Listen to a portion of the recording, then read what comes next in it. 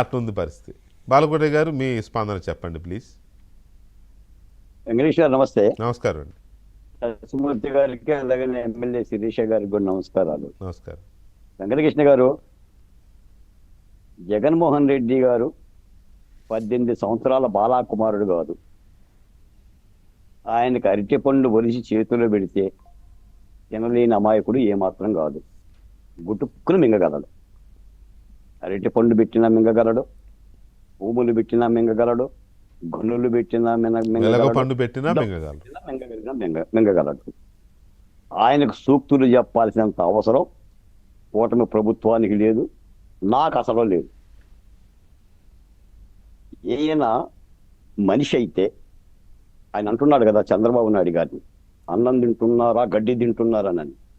నేను అంటున్నా, జగన్మోహన్ రెడ్డి గారు, మీరు అన్నం తిని ఉంటే మీరు గొర్రెల కాపరి యాదయ్య గారిని పరామర్శించాలి. ఆ కుటుంబాన్ని, ఆ దానయ్య గారి కుటుంబాన్ని పరామర్శించాలి, ఓదార్చాలి. ఆ కుటుంబానికి నీ డబ్బులు ఇవ్వాలి, నీ ఔదార్యం ప్రకటించాలి. కూటమి ప్రభుత్వం ఆ పని చేసింది. బాధపడ్డవాడిని పరామర్శించకుండా బాధించిన వాడిని పరామర్శిస్తున్నావు చూసావా? దానయ్య కుటుంబాన్ని, మృతికి కారణమైన వాళ్ళని పరామర్శిస్తున్నావు చూసావా? 18 ఏళ్ల బాలుడు, నీట్ ఎగ్జామ్ రాశాడు, 10th క్లాస్లో మెరిట్ వచ్చింది, డాక్టరేట్ చేశాడు. డాక్టరేట్ చేస్తే అప్పలరాజు అయితేనే పప్పలరాజు అయితేనే అరెస్ట్ చేయరా వెంకటకృష్ణ గారు? ఏమో జగన్మోహన్ రెడ్డి గారు మళ్ళీ ఒకవేళ ముఖ్యమంత్రి అయ్యే అవకాశం కనుక వస్తే డాక్టర్లను అరెస్ట్ చేయకూడదని చట్టం తెస్తాడేమో. జగన్మోహన్ రెడ్డి గారిని అరెస్ట్ చేయలేదా? ఆయనకున్నాడే 16 నెలలు జైల్లో లేడా? మీకు అత్తారిల్లు జైలే కదా. డాక్టర్ కాదుగా. డాక్టర్ అయినా అరెస్ట్ చేస్తారు, డాక్టర్ కాకపోయినా అరెస్ట్ చేస్తారు. జరిగింది నేరం. ఒక అభాగ్యుడు ప్రాణం తీశావు. తెలుగుదేశం పార్టీ నాయకుల కారుల కింద ఢీకొనలేదని చెప్తున్నాడు. నీ టైర్ కిందే తెంగయ్య చచ్చిపోయింది. నిన్న అరెస్ట్ చేయాలి. అసలు నిజానికి రాష్ట్రం అంతా కోడై కూసింది. తెంగయ్య మెడని నీ టైర్ కింద పెట్టి దొర్లుకుంటూ వెళ్ళావు. నువ్వు పశ్చాత్తాపం ప్రకటించలా. ఈరోజు నువ్వు వెళ్ళింది ఎక్కడికి? ములాఖత్తు కాదు నువ్వు వెళ్ళింది పరామర్శకు కూడా కాదు. నీ రాజకీయ ఉపాధి కోసం వెళ్ళావు. నీ రాజకీయ నిరుద్యోగ బాధలు తీర్చుకోవడానికి వెళ్ళావు. ఒక పరాక్రమానికి వెళ్ళావు. ఇందాక సత్యమూర్తి గారు చెప్పారు ఎస్ఐ ప్రవళ్ళకి చాలా బాధేసిందని. నాకు బాధ ఇలా బాహుబలి గుర్తొచ్చింది. దేవసేన ఏమయ్యింది అని మహేంద్ర బాహుబలి అడిగిన ఆ సీన్ గుర్తొచ్చింది. ప్రవల్లిక చేతి మీద చెయ్యేసినోడు చెయ్యి తీయాలి. ఒక అధికారిని పులుల బోన్లో బంధించినట్టుగా నలుగురు గుమ్మి చూడండి ఒకసారి. నిజంగా ఫుల్ స్క్రీన్ వేద్దాం, ఒకసారి విజువల్ చూపిద్దాము. ఎందుకు ఆమెని, ఒక మహిళా ఎస్ఐ గారిని, ప్రవళిక గారిని ఎందుకు అట్లా రౌండ్ వేశారు? ఆమె ఒక్కతే పోలీస్ ఆఫీసర్. వెనక చూడండి, చుట్టూ వాళ్ళు ఎక్కడెక్కడ చేతులు వేస్తున్నారు, ఏం చేస్తారు? What nonsense they are doing there? Venkatakrishna గారు మొత్తం ఆ వీడియోలో ఫేసులు గుర్తుపట్టి ఒక్కొక్కడిని వెతికి కాక్రోచ్ జనతా పార్టీ ఆ ఆందోళనలో ఎట్లా రౌడీ షీటర్ల మీద ఎట్లా కేసులు బుక్ చేస్తున్నారో అట్లా బుక్ చేయాలి వెంకటకృష్ణ గారు. అది కాదండి, ఒక పోలీస్ ఆఫీసర్ మహిళా ఎస్ఐ అంత రౌండ్ వేశారేంటి? ఏంటి వెంకటకృష్ణ గారు, అది ఒక ఆడబిడ్డ ఎస్ఐ చూడండి, ఆమె భుజాలు దడుముతూ ఆమెను తోసుకుంటూ, చుట్టూ పోలీసులు కూడా లేరు ఆమెకి, ఆమె సింగిల్ గా ఉన్నారు. ఆ ఆముదాల వలస చింతాడ రవికుమారు, ధర్మాన ప్రసాద్ కొడుకు రామ్ మనోహర్ వీరవిహారం చేస్తారా ఒక ఆడబిడ్డ ఎస్ఐ మీద? ఇదేనా జగన్మోహన్ రెడ్డి గారు నీకు తెలిసిన నీతి?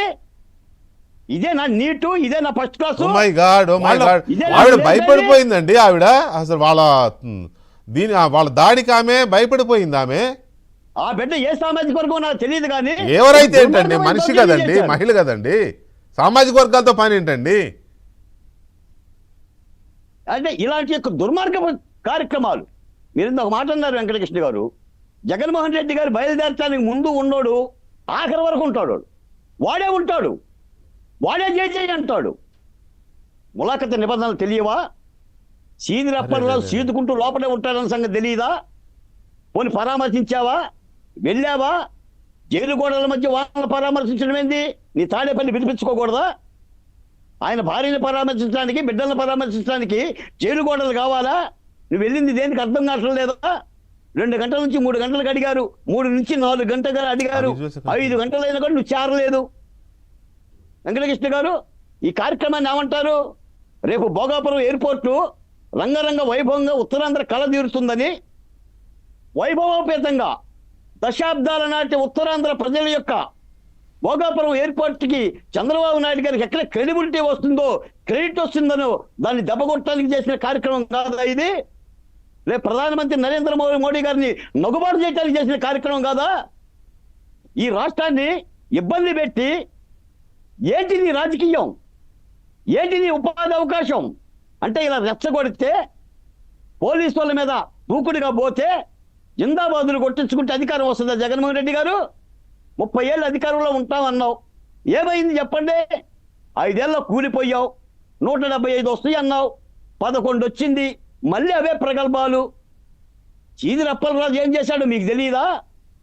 మీకు తెలియకుండానే పోలీసులు కేసు పెడతారా? మీరు పరామర్శించాలంటే 3 ఏళ్ళు చాలవండి. మీ ఏలుబడులు అందరూ జైలుకే పోయారు.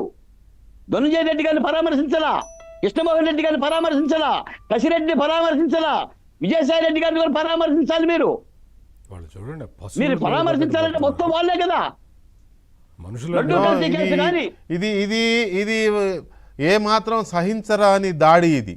ఇది ఖచ్చితంగా శిరీష్ గారు మీకు నోటీసులో ఉండే ఉంటుంది. ఒక్క మాట వెంకటకృష్ణ గారు, ఐ డిమాండ్ డీజీపీ వెంటనే ఆ మహిళా ఎస్ఐ మీద దౌర్జన్యం చేసిన వాళ్ళని అరెస్ట్ చేయాలి. సోషల్ వెల్ఫేర్ బోర్డు చైర్మన్ గా మాట్లాడుతున్నా, నా ముఖ్యమంత్రి గారు కూడా చెప్తున్నా, వెంటనే అరెస్ట్ చేయకపోతే ఇలాంటి యొక్క దుర్మార్గుల యొక్క ఆగడాలు మరింత పెరిగిపోతాయి. సరే, అనిత గారు చట్టపరమైన చర్యలు ఉంటాయని